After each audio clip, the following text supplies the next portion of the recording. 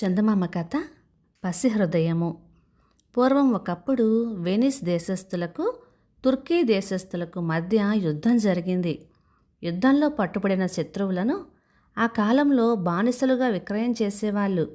ఆ వాడుకను బట్టి హామెట్ అనే తుర్కీ దేశస్థుడు వెనీషియన్లకు పట్టుబడి ఫ్రాన్సిస్కో అనే ఒక ధనికుని పక్క ఇంటి వద్ద బందీగా ఉన్నాడు.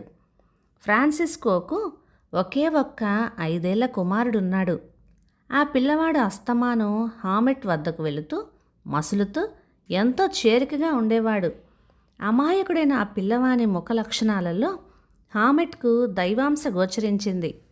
ఆ శత్రుదేశంలో హామెట్కు ఆ పసివాడు ఒక్కడే ప్రాణమిత్రుడైనాడు.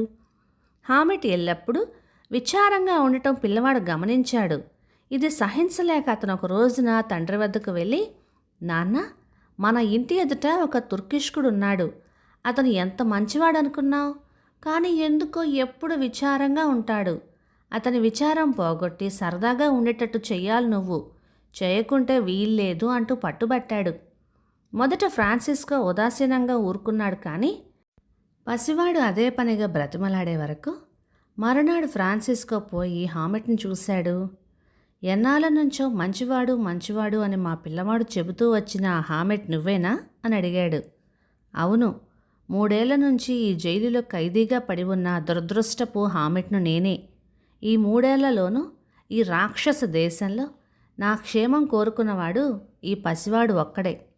పవిత్రాత్ముడు అయిన ఈ చిట్టివాణిని సర్వాంతర్యామి రక్షించుగాక అన్నాడు హామెట్. హామెట్, నేను నీకు చేయగల సహాయం ఉంటే చెప్పు, అందుకే ఇప్పుడు నేను వచ్చింది అని అన్నాడు ఫ్రాన్సిస్కో. జీవితానికి అంతటికీ అమూల్యమైన స్వాతంత్రాన్ని పోగొట్టుకొని శత్రుదేశంలో ఖైదీగా మగ్గిపోతూ ఉన్న ఈ దురదృష్టవంతునికి సంతోషం ఎక్కడి నుంచి వస్తుంది?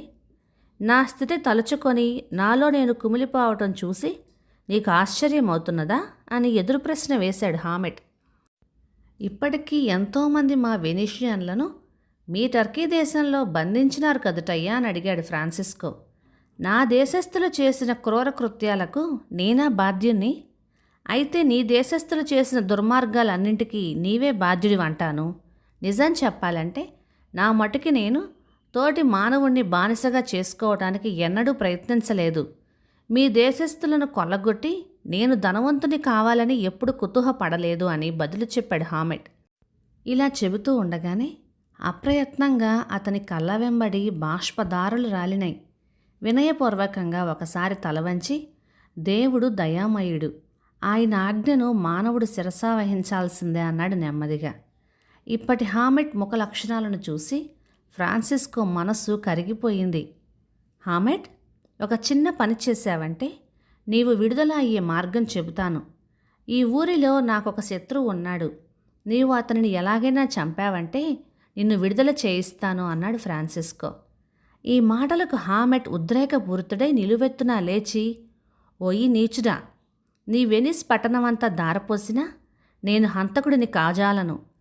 మా జాతికి అంతటికీ స్వాతంత్రం సమకూర్చినా అటువంటి పని చేస్తానని అనుకోకు, పో ఇక్కడి నుంచి అన్నాడు.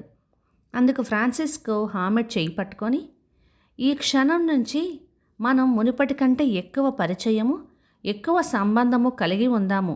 హామెట్, నీకు ఉన్నట్టే నాకు కూడా హృదయం ఉన్నదని, నీకు వల్లనే నాకును దయాదాక్షణ్యము ఉన్నవని తెలుసుకో.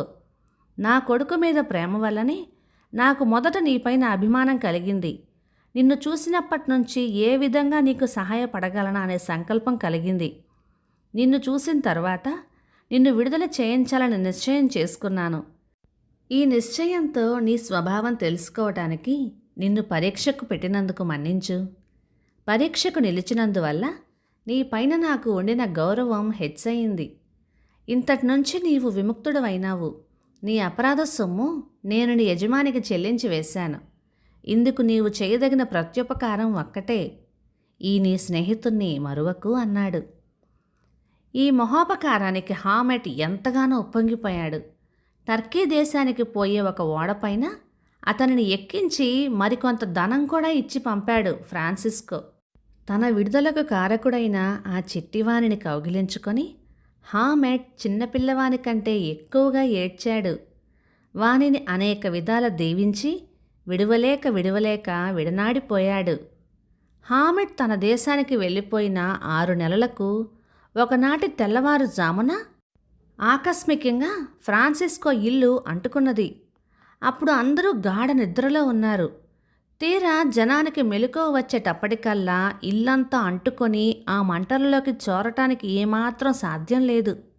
ఈ స్థితిలో ఫ్రాన్సిస్కో చిన్న కొడుకు ఇంటి లోపలే ఉండిపోయినట్టుగా తెలియజొచ్చింది. ఆ తండ్రి దుఃఖం ఇటువంటిదని చెప్పటానికి ఎవరితరం? కొడుకును రక్షించుకోవటానికి మంటల్లోకి ఉరకబోయాడు. కానీ అందరూ కలిసి ఫ్రాన్సిస్కోను ఆపు చేశారు. అతను, నా చిట్టివాడిని రక్షించండి, పుత్రభిక్ష పెట్టండి, నా ఆస్తి అంతా బహుమతిగా తీసుకోండి అంటూ గగ్గోలు పెట్టాడు. డబ్బుకి ఆశపడి పిల్లవాడిని రక్షించటానికి చాలామంది ప్రయత్నించారు. కానీ లాభం లేకపోయింది. ఇంతలో ఒక మనిషి పరిగెత్తుకుంటూ వచ్చి ఆ మంటల్లో చొరబడ్డాడు. వెంటనే పొగలు మేఘమండలానికి అంతా కమ్మేయడం చేత అతను ఆ మంటలో పడి చచ్చిపోయి ఉంటాడని నిశ్చయించారు అందరూ. కానీ మరుక్షణమందే ఆ వ్యక్తి ఆ మంటలలో నుంచి, పొగలలో నుంచి ఒక బిడ్డను చంకనెత్తుకొని రావటం చూసి జనమంతా జేజేలు కొట్టారు. క్షేమంగా బయటకు వచ్చిన ఆ బిడ్డ ఫ్రాన్సిస్కో కొడుకేనని తెలిసి వారు ఉప్పొంగిపోయారు. ఇక ఆ తండ్రి సంతోషం చెప్పాలా? తన చిట్టివాడిని రక్షించి తీసుకువచ్చిన ఆ పుణ్యాత్ముడు ఎవరా అని ఫ్రాన్సిస్కో నిదానించి చూశాడు. కానీ బూడిదలోనూ బొగ్గు మసిలోనూ కప్పడిపోయిన ఆ మనిషి ఎవరో ఆనవాలు దొరకలేదు. మహానుభావా, ఇదిగో ఇప్పటికి ఇది తీసుకో, రేపటి రోజున నా ఆస్తి అంతా నీకు రాసిస్తాను అంటూ బంగారు నాణేలు గల ఒక సంచిని ఇయ్యబోయాడు ఫ్రాన్సిస్కో. నాకా? బహుమానమా? వద్దయ్యా, వద్దు, నాకు నీ బహుమతి అక్కర్లేదు అంటూ నిరాకరించాడు ఆ వ్యక్తి. ఈ గొంతుక లోగడ ఎరిగి ఉన్నదేనని తోచి ఫ్రాన్సిస్కో ఎవరా అని పరికించి చూశాడు. చూస్తూనే, అరే నీవా, హామిట్వా అంటూ అతన్ని కౌగిలించుకున్నాడు.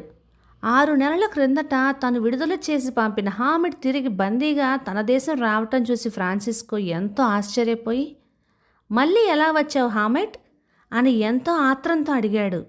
అదంతా దేవుని కృప అని ముక్తసరిగా జవాబు చెప్పాడు హామిడ్.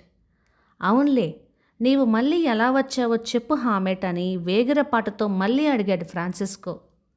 నీవు దయతో నన్ను విముక్తుణ్ణి చేసి సాగనంపావు. నేను నా అదృష్టానికి ఎంతో సంతోషిస్తూ నా దేశం చేరుకునేసరికి మీ వెనీషియన్లు నా తండ్రిని బందీ చేసి బానిసగా తీసుకొని ఓడ ఎక్కించారు.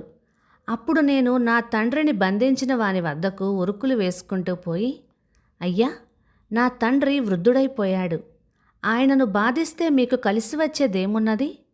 నేను నా తండ్రి కంటే దృఢకాయుణ్ణి, మీకు సేవ చేయటానికి శక్తి కలవాడను, కనుక ఆయనను వదిలిపెట్టి బదులుగా నన్ను పట్టుకుపోండి అని చెప్పి నీవు నాకు కానుకగా ఇచ్చిన డబ్బుని వాళ్ళకి ఇచ్చి, దీనిని నా తండ్రిని వదిలినందుకు గాను అపరాధ రుసుముగా తీసుకోండి అని పరిపరి విధాల వేడుకునేటప్పటికీ ఆయన దయతలచి నా తండ్రిని వదిలి నన్ను బానిసగా తీసుకున్నాడు.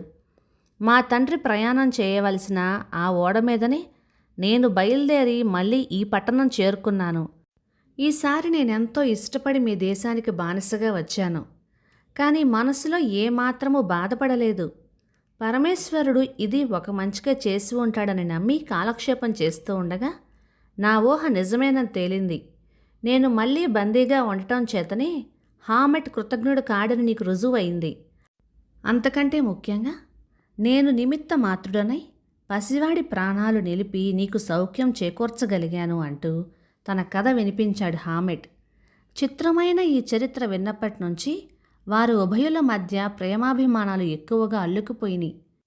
హామిడ్, నా ఆస్తంతా నువ్వు తీసుకో, నువ్వింక నాతో ఇక్కడే ఉండిపో అని ఎన్నో విధాల బతిమిలాడాడు ఫ్రాన్సిస్కో. కానీ అతనికి మనస్కరించలేదు. మహాత్యాగి అయిన హామిడ్ రుణం తీర్చుకోవటానికి గత్యంతరం కనపడక ఫ్రాన్సిస్కో చివరకు చేయగలిగినంత ఉపకారం చేయటానికి నిశ్చయించుకున్నాడు. ఈసారి మళ్ళీ హామిడ్ను విడిపించటమే కాక వెనీస్కు బానిసలుగా తీసుకురాబడే తుర్కీ దేశస్థులను విడిపించటం కోసమే తన యావదాస్తిని వినియోగిస్తున్నానని ప్రకటన చేశాడు. తరువాత హామిడ్ పసివాడిని విడవలేక ఎలాగో మనస్సు కుదుటపరుచుకొని తిరిగి తన దేశం వెళ్ళిపోయాడు. కథ సమాప్తం. ఇక ఈ కథ 1950 మే నెల చందమామలో వచ్చింది. రచన ఆర్వి గుప్తా గారు, బళ్ళారి నుంచి. ఇక ఈ కథ మీకు నచ్చినట్లయితే లైక్ చేయండి, షేర్ చేయండి. ఇలాంటి మంచి తెలుగు కథల కోసం మన ఛానల్ని సబ్స్క్రైబ్ చేయండి. Thank you.